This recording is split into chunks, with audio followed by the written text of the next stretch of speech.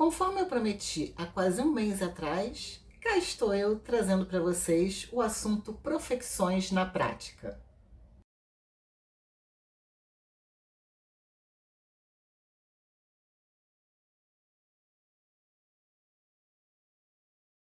Eu não vou entrar na teoria das profecções aqui, porque o meu foco é ajudar vocês a resolverem as dúvidas que eu tive enquanto eu era estudante. E é aquilo que eu já comentei no outro vídeo, no vídeo de Antícia. Eu tinha dificuldade de encontrar exemplos práticos para aplicar a teoria. Então, é isso que eu vou fazer, provavelmente em vários vídeos. De repente, talvez, se vocês quiserem, eu até gravo alguma coisa de teoria mais para frente, mas a princípio, eu acho que eu estou sendo mais útil fazendo a coisa dessa forma. Eu escolhi como objeto de estudo o presidente Lula. Por quê? Porque ele tem uma história que todo mundo conhece, ele não é uma personalidade de nicho, mas eu já aviso que eu estou fazendo isso com dois pés atrás, porque agora todo tipo de assunto ou de personalidade que envolva política atrai maluco de tudo quanto é lado. Então eu já começo esse vídeo com um disclaimer. Eu não estou atacando o presidente, eu não estou defendendo o presidente. Eu estou lendo uma carta, né? E ao ler uma carta, você encontra defeitos e qualidades em qualquer pessoa, mas o fanático, ele tem, por definição, audição seletiva. Então a figura que ele quer atacar, ou a figura que ele quer defender, passa ou a só ter qualidades ou a só ter defeitos, né? E isso não existe, ninguém é assim. Então, eu já estou avisando logo que eu não faço proselitismo político nesse canal. E ai, gente, que saco, é até meio ridiculão eu ter que ficar, né, falando essas coisas, porque o lado a gente tem no CPF, né? Enquanto pessoa física, Fernanda Aguiar, eu tenho um lado. Agora, na minha posição de astróloga, eu tenho que tentar ao máximo não ter, porque senão eu perco totalmente a objetividade e eu passo a não conseguir enxergar direito a carta, né? Porque tudo começa a passar por um filtro ideológico. Então, eu não vou fazer, tem outras pessoas que fazem isso, vocês devem conhecer, se vocês gostem, vocês fiquem por lá, entendeu? Porque, sinceramente, eu não tô nem um pouco afim de atrair maluco para esse canal, nem de um lado nem de outro. Inclusive você, se você acha que só existe maluco do outro lado, você também está dentro da definição de fanático, né? Porque é impossível que o seu lado seja o perfeitinho enquanto o outro lado é o todo errado, né? Isso também não existe. Enfim, vamos ler a carta. O primeiro evento que nós vamos analisar é o câncer na garganta do presidente. No dia seguinte ao aniversário dele de 2011, o Lula deu entrada no hospital sentindo dores na garganta, sendo em seguida diagnosticado com câncer. A profecção anual aponta para a casa 7, oposta ao ascendente. Abre em câncer e seu regente Mercúrio está na casa 12. A casa 7, ela não é exatamente maléfica, mas pode produzir efeitos maléficos por conta da oposição ao ascendente. Mas vamos pensar aqui sobre o câncer, a doença em si, né? Ela não é uma doença aguda, não é como uma gripe ou um resfriado, em que num dia você está bem e no outro dia você fica de cama. O câncer, ele é um processo lento. E o Lula, ele descobriu bem no início, e por conta disso o tratamento foi rápido. Tanto que ele teve alta logo em fevereiro. Mas o início da doença, quando a primeira célula anômala começou a se proliferar, não se deu nesse aniversário, se deu no ano anterior, quando a profecção apontava para a casa 6, que é justamente a casa das doenças e que não aspecta o ascendente. O ascendente não vê essa casa.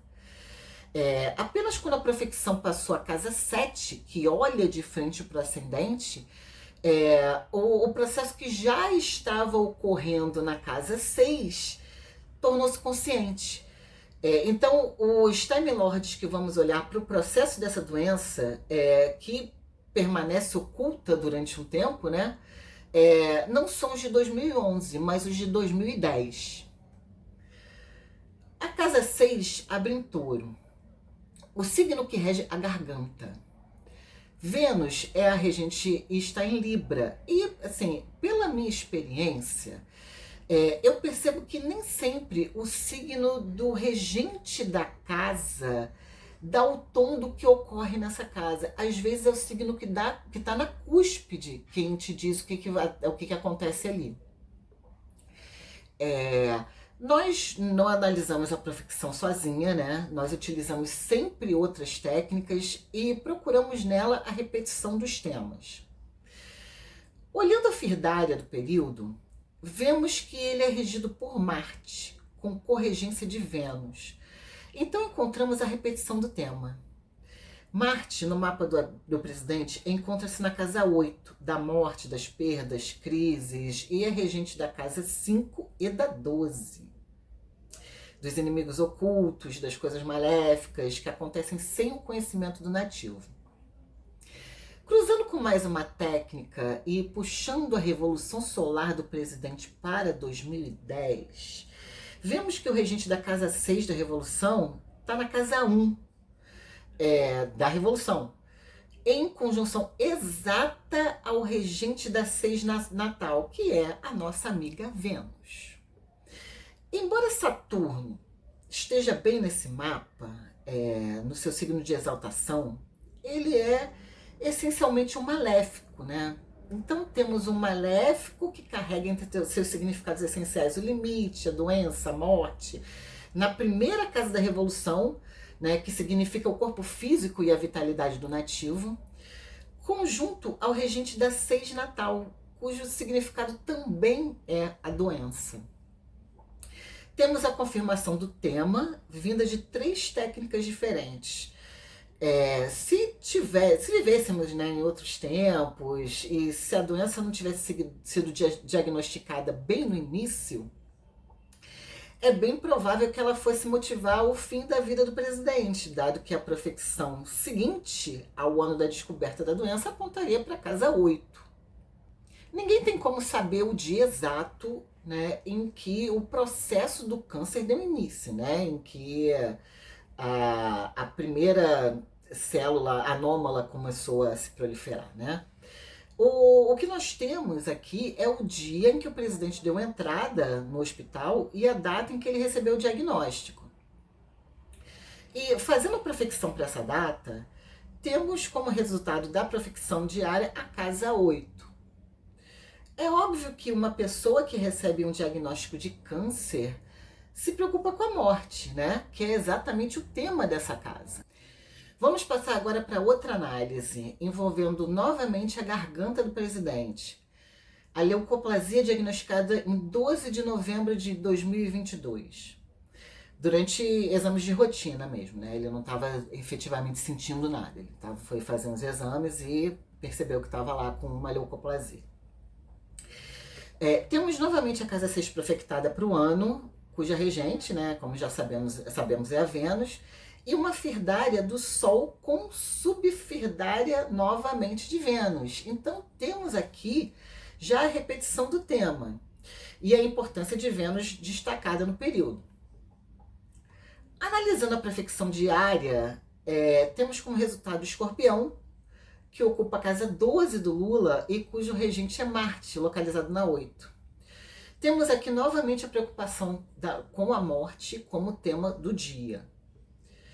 Mas quando olhamos para a Revolução Solar, não encontramos uma presença muito marcante de Vênus. A Vênus natal não recebe aspectos, e o regente da casa 6 da Revolução, que é Saturno novamente, até faz oposição ao ascendente da Revolução por signos inteiros, mas não por orbe. Esse Saturno, ele forma uma quadratura à Lua da Revolução, que é regente da 12, casa que também representa as paranoias, né? E a Lua, por sua vez, forma um trígono com Júpiter, regente da 8, que está na própria casa 8, o que significa a preocupação do presidente com esses temas, o estado emocional dele em relação a eles, mas não um perigo real, ou seja, o assunto foi um foco de atenção, tá? Foco de preocupação, mas isso não significa que ele tivesse uma relevância real, pelo menos não àquela altura, né? Porque leucoplasias, elas são a princípio apenas lesões que podem evoluir para malignidade se não tratadas. Vamos passar agora a queda que Lula sofreu no dia 19 de outubro de 2024. Vou abrir um parênteses aqui. Vocês já perceberam como vários eventos importantes da vida do presidente acontecem próximos ao aniversário dele? Já é sui generis ele fazer aniversário próximo do dia das eleições, ou mesmo algumas vezes caindo no dia mesmo do segundo turno das eleições, né? E ainda temos esses vários eventos de saúde ocorrendo próximos, né, à revolução solar dele. Fecha parênteses. Como a queda ocorreu em 2024, mas foi antes do aniversário, nós olhamos para a profecção do ano anterior, de 2023, que apontava para a casa 7, que, como já dissemos, ela não é maléfica em si, mas ela carrega esse potencial por ser oposta ao ascendente. E, portanto, né, o corpo físico e a própria vitalidade do nativo. Essa casa abre em Gêmeos e, por conseguinte, aponta também para o seu regente Mercúrio, que está na Maléfica 12. O regente da subinferdária do período também é Mercúrio. Esse Mercúrio é disposto por Marte, que se encontra na casa 8, em péssimo estado, tanto essencial quanto acidental, em Câncer, né, que é o signo da sua queda, em casa maléfica e conjunto a outro maléfico também em péssimo estado. A profecção diária aponta para Aquário, cujo regente é Saturno e que, como já dissemos, encontra-se na casa 8 do mapa natal. Na Revolução Solar do ano de 2023, temos o ascendente quase em conjunção exata a Mercúrio e a cúspide da casa 12. A casa 8 da Revolução abre em Gêmeos, então Mercúrio passa a ser um significador da morte nessa carta.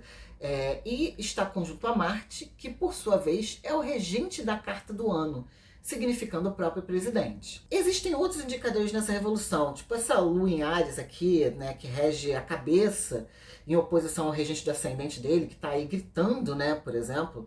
Mas como meu objetivo é tratar das profecções, eu vou ignorar, né, esses outros indicadores, que é para não perder o foco, tá, galera? Mas teria muita coisa a mais para ver nessa revolução aqui, que ela tá braba. Bom, apesar da queda, tudo parecia estar bem, até que no dia 9 de dezembro de 2024, né, o presidente começou a sentir fortes dores de cabeça e foi internado, e durante alguns exames verificou-se uma hemorragia intracraniana. Esse segundo fato, que é derivado do primeiro, ocorreu após o aniversário daquele ano. Então agora a profecção muda de casa 7 para casa 8. E a atenção se volta para a Lua, que é regente da casa, pois ela abre em Câncer, né? A casa abre em Câncer, e a Lua está na própria casa 8. Agindo nessa casa, temos também Marte e Saturno, conjuntos em estado de debilidade acidental e essencial, e vamos lembrar que eles são os dois maléficos, né? A profecção diária nos dá como resultado Capricórnio, então retornamos nossos olhares novamente para a casa 8.